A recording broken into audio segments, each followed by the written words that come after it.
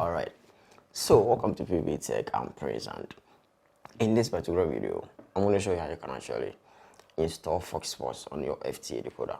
So foxsports is a paid channel, but if you know how you can actually track it and get a stable signal on an FTA decoder, and that FTA decoder is having a newer software on it, you can actually get some of the channels to watch it for free.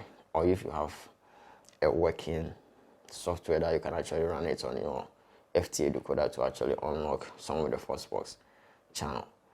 Alright, so foxsports, you can use different satellite. You can get them on a different satellite. You can get them on hotbed on a 13 degrees east, and you can also get them on Eurotas at 7B.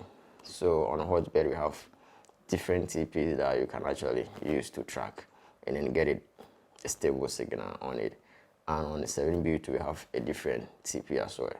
So on hotbed 13 degrees, you can use 12842 vertical 29900 to track, and you can also use 12561 vertical 4035. Okay, and on 7B2, you're gonna use 12516 horizontal 27500. So you add this TP and then use it to track, and you're gonna use a dish ranging from 50 centimeters upwards.